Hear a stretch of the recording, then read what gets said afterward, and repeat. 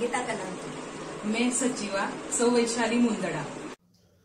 श्री गणेशाय नमः। श्री सरस्वत्यै नमः। श्री गुरुभ्यो नमः। श्री सीतारामचंद्राभ्यां नमः। श्री विठ्ठल रुक्मिणीभ्यां नमः। राधा सहित श्री कृष्णाय नमः। श्री पुरुषोत्तमाय नमः। ओम वक्रतुंड महाकाय सूर्यकोटि समप्रभ निर्विघ्नं कुरु मे देव सर्वकार्येषु सर्वदा। गुरुर्ब्रह्मा गुरुर्विष्णु गुरुर्देवो महेश्वरः। गुरुः साक्षात् परब्रह्म तस्मै श्री गुरवे नमः। विनायकं गुरुं भानुं ब्रह्मा विष्णु महेश्वरां सरस्वती प्रणम्यादौ सर्वकार्यार्थसिद्धयेत। ओम शान्ताकारं भुजगशयनं पद्मनाभं सुरेशं विश्वाधारं गगनसदृशं मेघवर्णं शुभांगं लक्ष्मीकान्तं कमलनयनं योगिभिर्ध्यानगम्यं वन्दे विष्णुं भवभयहरं सर्वलोकैकनाथं।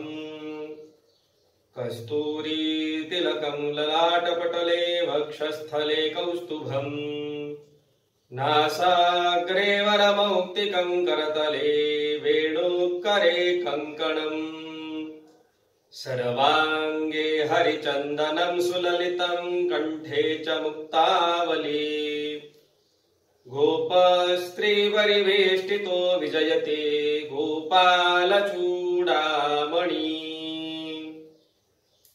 वंशी विभूषितकरानवनीरदाभात् पीताम्बरादरुणबिम्बफलाधरोष्ठात् पूर्णेन्दु सुन्दरमुखाधरबिन्दु नेत्रात् कृष्णात् परं किमपि तत्त्वमहं न जाने। वसुदेवसुतं देवं कंसचाणूरमर्दनं देवकी परमानन्दं कृष्णं वन्दे जगद्गुरुं। मूकं करोति वाचालं पङ्गुं लङ्घयते गिरिं यत्कृपातमहं वन्दे परमानन्दमाधवम्। कृष्णाय वासुदेवाय हरये परमात्मने प्रणतः क्लेशनाशाय गोविन्दाय नमो नमः। श्री पुरुषोत्तमाय नमः। श्री पुरुषोत्तमाय नमः। श्री पुरुषोत्तमाय नमः।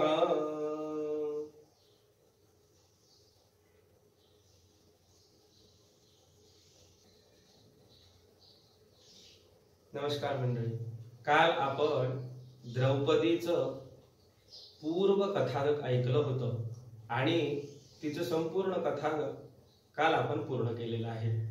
आजपासून आपण दृढधन्वा राजाची कथा बघणार आहोत आणि त्याने कशा तऱ्हेने या अधिक मासाचं व्रताचरण केलेलं आहे आणि आपल्या पदरी पुण्य पाडून घेतलेलं आहे हे आज आपण बघणार आहोत. तर चला करूया आरंभ अधिक मास महात्म्य या महाग्रंथातील अध्याय 6. श्री गणेशाय नमः. ऐका श्रोते कथा पावन सूत सांगे शौनका लागून नारायणाचे पूर्वोक्त वचन ऐकून नारद प्रश्नित म्हणे हो नारायणा आपण जो कथिला दृढधन्वा म्हणून तयाचे कथानक संपूर्ण मज लागून सांगावे ते ऐकून नारायण मुनी म्हणे नारदा पुरातनी गंगे परी कथा पावनी सांगतो ऐके समग्र. पूर्वी हयहय देशाचा नृपती महापराक्रमी शुद्धमती चित्रधर्मा नामी जगती प्रसिद्ध असता जाहला तयासी झाला एक पुत्र महातेजा विशाल नेत्र दृढधन्वा ऐसे पवित्र नाम तयाचे ठेविले जैसा वाढे अनुदिन तैसे अंगे भरत सद्गुण कदा न बोले मिथ्यावचन धर्मपरायण सर्वदा चतुष्षष्टी कळा सांग स्वबुद्धी आकळिल्या सवेग चतुर्दश विद्या यथा सांग गुरुपासून अभ्यासिल्या सर्व लक्षणी सुसंपन्न राजनीतीत झाला प्रवीण शौर्यो दार्यादिराजगुण अंगी संपूर्ण संचरले पुढे पावला यौवनासी पुत्रवतमानी सर्व प्रजांसी सुवर्तने सकळ जनांसी सुख देई सर्वदा ऐसे फागुनी तयाचा तात चित्रधर्मा विचारी मनात प्रजा पालना लागे सुत आता समर्थ झाला हा इतपर या संसारात व्यर्थ काळ जवडावा किमर्थ सर्व संग त्यागुनी सतत श्री हरी भजन कीजिये पूर्वज महाराजांची रीती आपणही अनुसरावी निवृत्ती एवं निश्चय केला चित्ती स्नेहपाश तोडिले पुत्रासी राज्ये वैसबून पुनः श्रमी गेला आपण अंतरी करीत कृष्ण स्मरण तपदारुण चालविले निराहार राहिला सतत निद्रा व्रजली दिनरात ऐसे तप करिता बहुत मोक्षा जाता जाहला ऐकूनी पित्याच्या सद्गतीसी हर्ष शोक झाले दृढ धन्यासी पितृभक्त्या द्विजवचनेसी अवृधपदेही कसंपादिले गोभू हिरण्यादी नाना दाने पितृद्देशे ती धली दयाने गजरथवाजी शिबिकायाने देवुनी अर्थी तोषविले ऐसे उरकले पितृकाज पुढे तो दृढ धन्वा महाराज पुष्करावर्त नगरी राज्य धर्मन्यायी करीतसे तयाची कांता सुशीला उत्तम विदर्भ कन्या गुणसुंदरी नाम महासती रूपे अनुपम त्रैलोक्या माझी सुंदर तिये पोटी दृढ धन्यापासून सुंदर झाले चालनंदन चित्रवाक चित्रवाह मणिमान आणि चित्रकुंडल चतुर्थ तैशीच चारुमती नामक पाचवी झाली कन्या एक माता पितरांसमती सकळिक सर्व लक्षणी सुसंपन्न ऐसे कुटुंब वाढले परिकर श्वेतोराव रूप सुंदर शांत दांत परम उदार प्रतापी शूर असूनिया वेद वेदांग वेत्ता सुजान धनुर्विद्येत कुशल पूर्ण क्षमे विषयी पृथ्वी समान गांभीर्य जैसा सागर साम्याविषयी पितामहसा प्रसाद करता गिरीशा ऐसा उग्रवीर्य कार्तवीर्य जैसा दिसे तैसा शत्रूंसी एकपत्नी व्रतधारी राघवा ऐसाच निर्धारी शत्रु संघ विदारण करी जैसा दैत्यारी केवळ सर्व राजे देतकार भार चरण वंदिती वारंवार कीर्ती ध्वज विराजे थोर शीतकरण भी जैसा शुक्ल पक्षींचा जैसा हेमांश तैसे ऐश्वर्य भाढले विशेष परितो दुर्बुद्धिदासीन न करी स्पर्श कदापि सुखानुभव घेत अनुदिनी तो एकदा रात्री शयनी निजला असता दयाचे मनी विचार ऐसा उद्भवला हे माझे अतुल वैभव याचा कैसा झाला उद्भव कवण्या पुण्याचा हा प्रभाव उदया सर्व आला असे मी आजवरी जन्मा ठाई तपाचरण केले नाही दान जपकी होमादिकही सत्कर्म काही नाचरिले तथापि हा भाग्योदय महान याचे कोणा पुसावे कारण ऐसे अंतरे करिता म्हणून रात्र संपूर्ण लोटली ब्राह्म मुहूर्ती उठला राव नित्य कर्मे सारिली सर्व नाना गाने देवुनी अभिनव विप्रचरण वंदिले मग अश्वावरी आरूढोनी मृगयार्थ गेला घोरवनी सवे सेना चतुरंगिणी शस्त्र सन्नद्ध धाविली निबिड झाडे वृक्ष विशाळ तेथे पातला तो नृपाळ नरांचा ऐकूनी पाय चढ पशु पळत चालले परिरायाचे अचूक संधान बाण सोडी मनमलक्षून व्याघ्र वराह गवे हरिण असंख्य मारून पाडित तो एक मोठा हरिण देखिला राये तीक्ष्ण बाणी विंधिला परितो न पडता त्या शराला घेऊनी पळला वनांतरी तद रक्तबिंदू गेले पडत तोची मार्ग अनुलक्षित राजेश्वर घोडा फेकित धावला त्वरित एकलाची दूर देश अतिक्रमिला निबिडवनी मृगलपला राये सर्वत्र धुंडाळिला परी कोठे सापडेना मध्यान्हा आला सूर्यदेव आतपे तापले अंग सर्व कासावीस झाला जीव तृषा बहुत लागली सवे नाही सेवक कोणी स्वयेची राव शोधी पाणी तव त्यावनी सागरावाणी सरोवर मोठे देखिले तेथे जाऊन या तत्क्षण यथेच्छ केले उदकपान आणि अश्वासही जळपाजून तीरी घेऊन ठाकला तो तेथे गगन चुंबित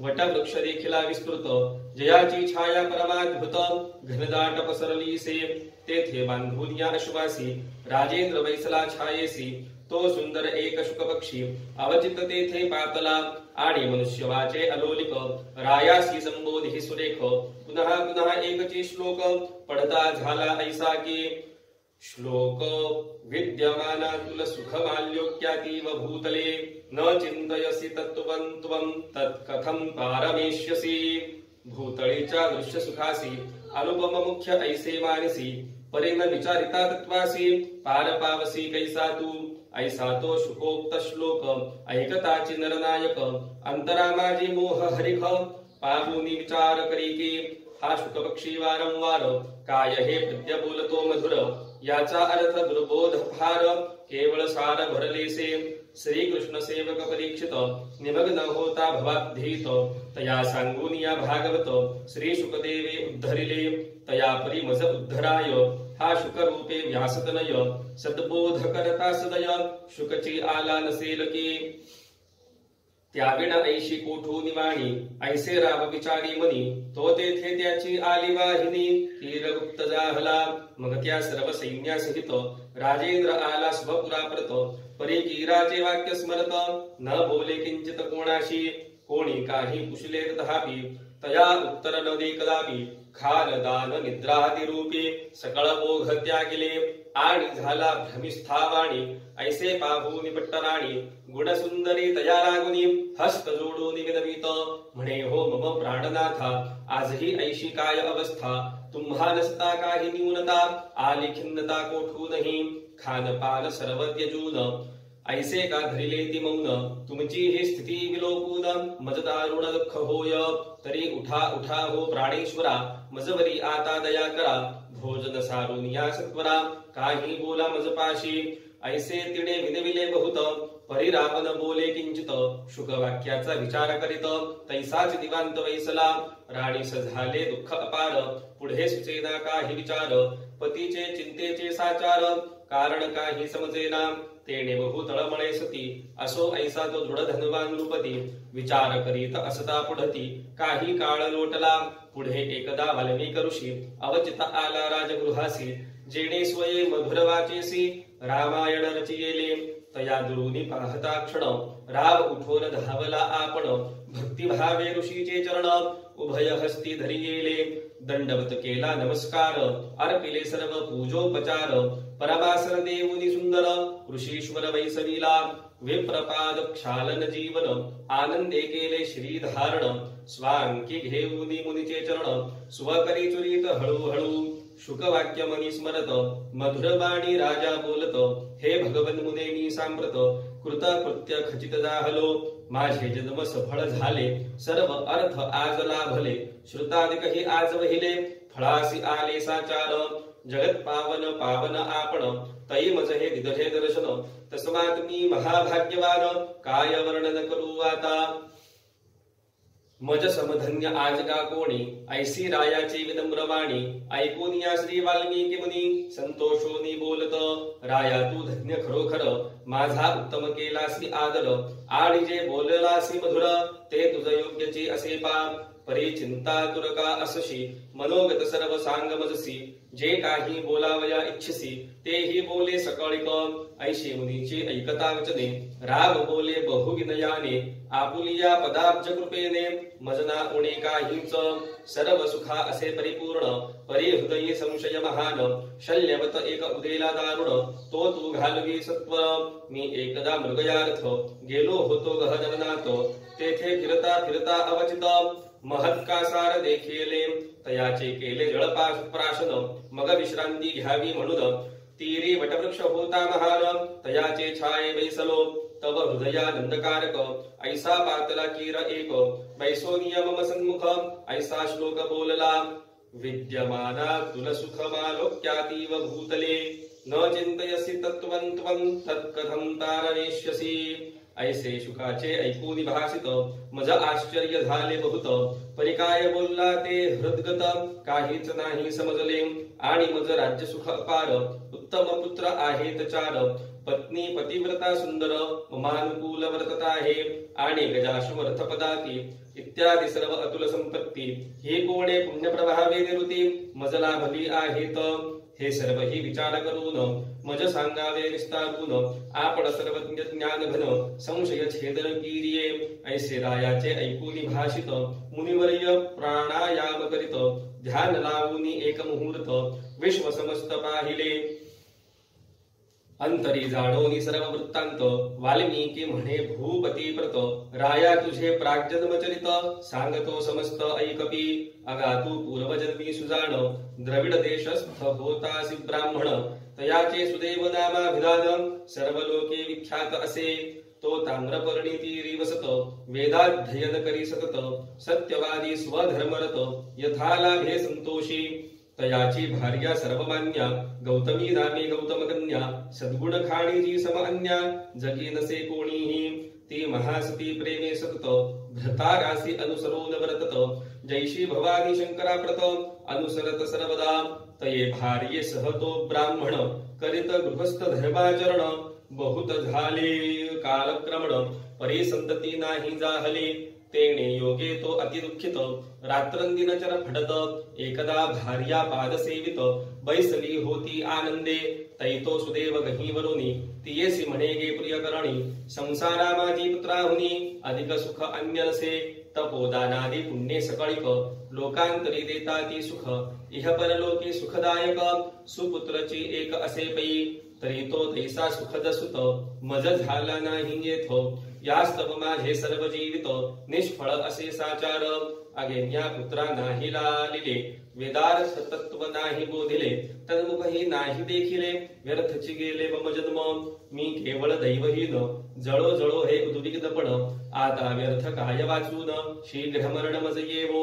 ऐकूनी गौतमी सुंदर अत्यंत खिन्न झाली अंतरी पतीचे समाधाना सत्वरी सौम्य वचने बोलत म्हणे नका नका हो प्राणनाथा ऐसे अवधन बोला आता तुम्हा ऐसे ज्ञाते तत्वता मोहन पावत कदापि तुम्ही सत्य धर्मपरायण स्वर्गही जिंकिला ती संपूर्ण तुम्हा ज्ञानिया पुत्राचे न सुखाप्ती कैसी होणार पुत्राचे दुःख अपार पूर्वी चित्रकेतू राजेश्वर पुत्र शोके झाला आतुर नारदे येऊनी उद्धरिला तैसाची अंगराजा महान तया दुःपुत्र झाला वीन तयाचे त्रासे तो रात्री कठोन गेला पळून वनासी ऐसे आजवर ह्या जगात पुत्रे दुःखित झाले बहुत तैसा तुम्हाही कदाचित प्रसंग प्राप्त होईल पै यास्तव आपणा पुत्र नाही हे मज बरे वाटते पाही तथार्थ जर की आपल्या हृदयी सत्पुत्र लालसा असेल तरी सर्वार्थदात्या श्री हरीसी आराधजे अनन्य भावेसी जयाचे आराधने कर्दमासी कपिल पुत्र जाहला ते प्रियेचे ऐकूनी वचन विप्रपावला समाधान हरीच्या आराधने लागून निश्चय केला तत्काळ आणि भार्ये सह ताम्रपर्णीत स्नान सारिले यथास्थित मग जाऊनी विरजवनात तपाचरणी बैसला अनन्य भावे श्री हरीसी अंतरे ध्यात हरनिशी शुष्क पर्ण जलाहारासी पाचवे दिनी करे ऐसे चतुसहस्र संवत्सर तप आचरिले निरंतर तेणे योगे त्रैलोक्य समग्र थर थर कापू लागले ते अत्युग्र तप विलोपून भक्त वत्सल हरी झाला प्रसन्न गरुडावरी आरूढ होन तेथे येऊन प्रकटला चतुर्भुज घनसावळा प्रसन्न मुख पुढे ठाकला ऐसे पाहुनी तये द्विजाला आनंद झाला अत्यंत करोनी साष्टांग नमस्कार विप्रस्तुती करीत अपार म्हणे हे प्रभु जगदोद्धार हेची आता विनवितो तू भक्तवत्सल दीनोद्धरण शरणांगताचे करसी अवन ऐसे बोलती त्वद भक्तजन म्हणून शरण आलो असे तरी दयाळा कृपा करी रक्षे रक्षी मत सत्वरी बुडतो दुःख सागरी शीघ्र उद्धरी दयार्णवा ऐसे विदभूनिया बहुत सुदेव द्विज स्वस्त्री सहित भगवंता पुढे जोडून हात उभा निवांत राहिला एवं श्री वाल्मीकी मुनीनी कथिले दृढ धन्या लागुनी ऐशे श्री नारायण मुनी नारदासी कथिते जाहले श्री अधिक मास महात्म्य सार बृहन् नारदीय पदमाधार सज्जन श्रोते ऐकोत चतुर षष्ठाध्याय गूढः श्री कृष्णार्पणमस्तु।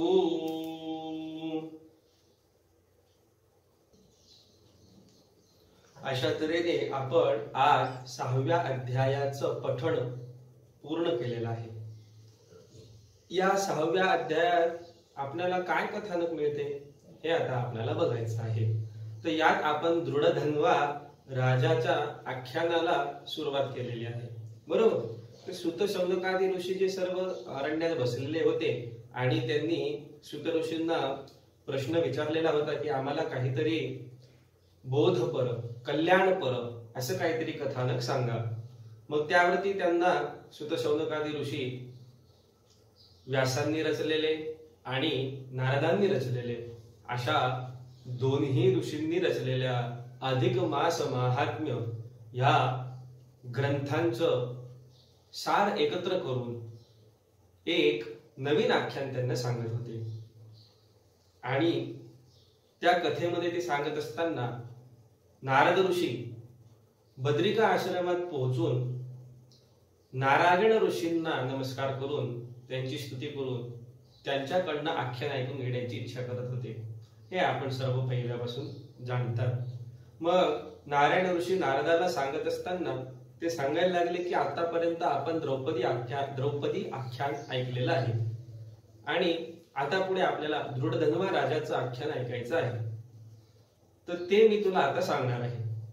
मग त्यावरती नारद काय म्हणाले, संपूर्ण कथा सांगावी. कसं आहे, तुम्ही थोडंफार जर सांगाल तर ते काय माझ्या लक्षात येणार नाही, म्हणून एक नम्र विनंती अशी की आपण मला त्याचं संपूर्ण आख्यान सांगावं. आणि मग नारायण ऋषी तिथून आता कथा सांगायला त्यांनी सुरुवात केलेली आहे. ते सांगताय की फार पूर्वीची गोष्ट होती. हयहय देशाचा राजा चित्रधर्मा हा होता.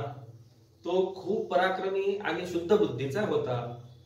त्याला त्याच्या विवाहानंतर एक मुलगा प्राप्त झाला आणि त्या मुलाचं नाव दृढधन्वा असं ठेवलं गेलेलं होतं.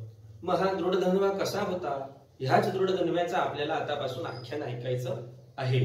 मग हा दृढधन्वा कसा होता, तो सर्व गुण संपन्न होता. त्याच्याकडे राजनीती, धर्म, 14 विद्या, 64 कला ह्या विपुल प्रमाणात त्याला प्राप्त होत्या.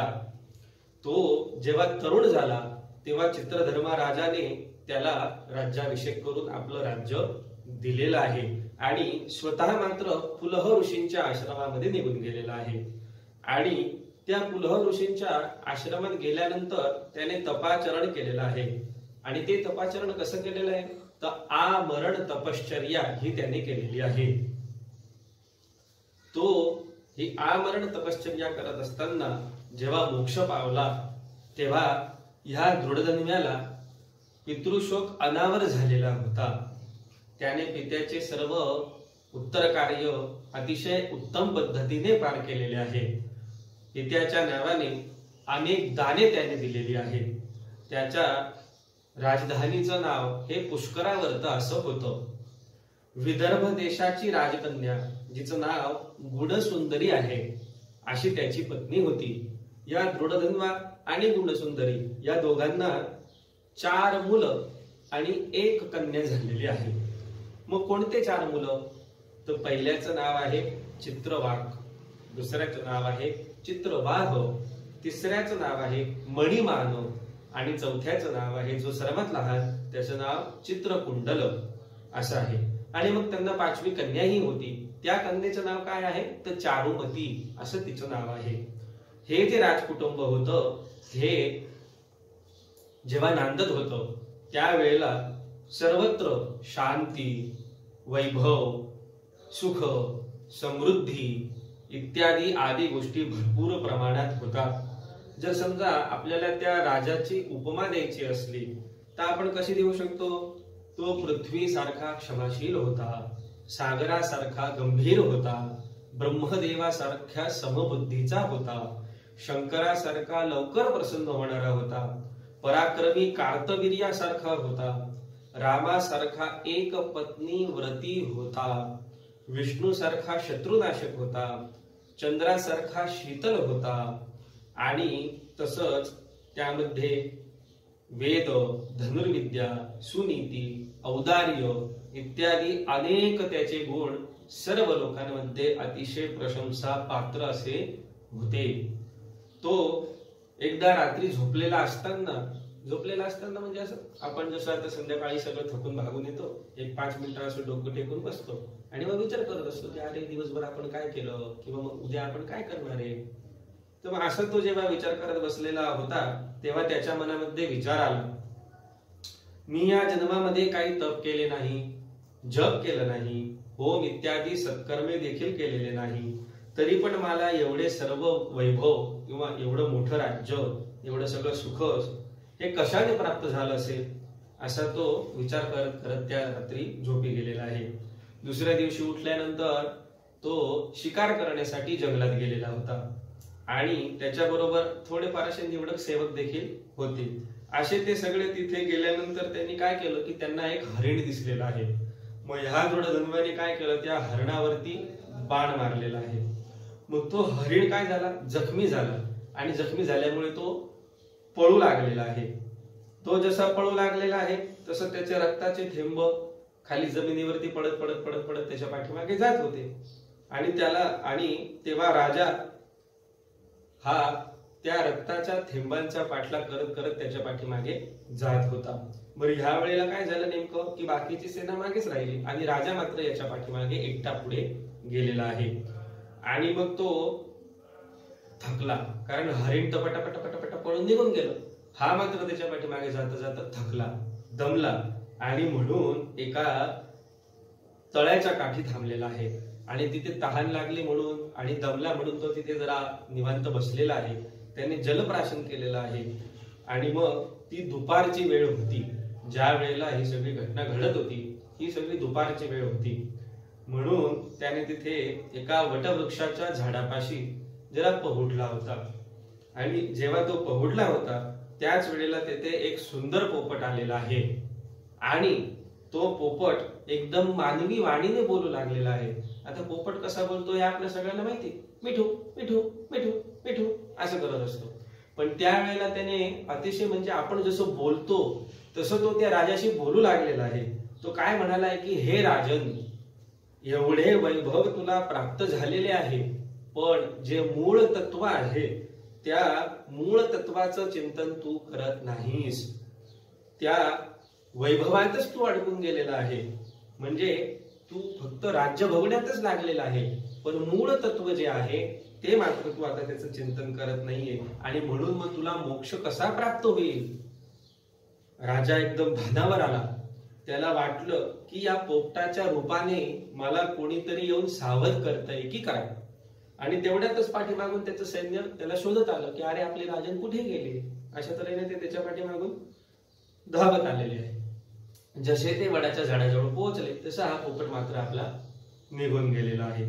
आणि मग तो राजा काय केला, तोपर्यंत संध्याकाळ झाली होती. मग सगळे जण असे एकत्र जमले आणि चला बा आता तो काय हरिण सापडत नाही, आता आपण घरी गेला पाहिजे असं म्हणून त्यांनी राजाला सांगितलं की अहो राजन, आता चला बा पुष्कळ संध्याकाळ झाली, राजगृहात गेलं पाहिजे, नाही तर तिकडचे लोक देखील चिंता करतील.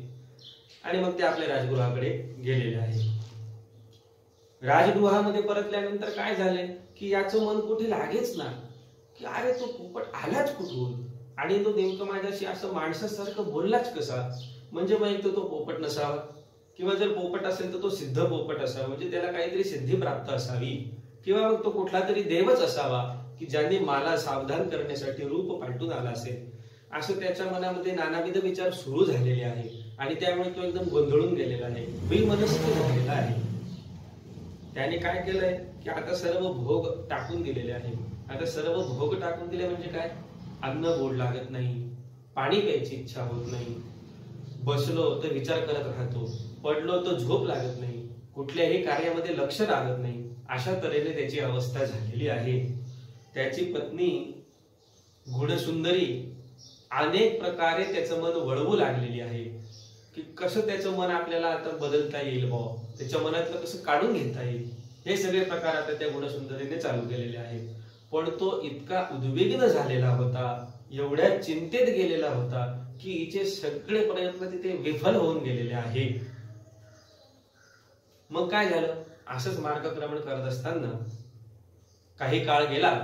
वाल्मिकी ऋषी त्यांच्या राजगृहामध्ये आलेले आहेत आणि मग राजाने काय केलं, त्यांचं स्वागत केलेलं आहे, सत्कार केलेला आहे आणि अतिशय भक्तिभावाने त्यांची स्तुती केलेली आहे. पण ही सगळी स्तुती करत असताना त्याची मुद्रा मात्र चिंताग्रस्त होती. त्याच्या चेहऱ्यावरती हे सगळं जाणून येत होतं की अरे हा चिंतेत आहे, याला कसली तरी चिंता लागलेली आहे.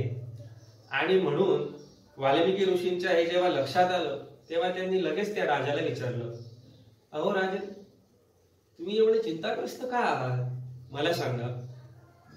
मग तेव्हा राजन वाल्मिकी ऋषींना काय म्हणतोय, त्याने पाठीमागचं सगळं कथानक आता सांगायला सुरुवात केली की मग आम्ही जंगलात गेलो होतो आणि मग तिथे हरिण आम्हाला दिसला, त्या हरणाला मी बाण मारला आणि मग हरणाला जखम झाली आणि हरण पळू लागलेला होता.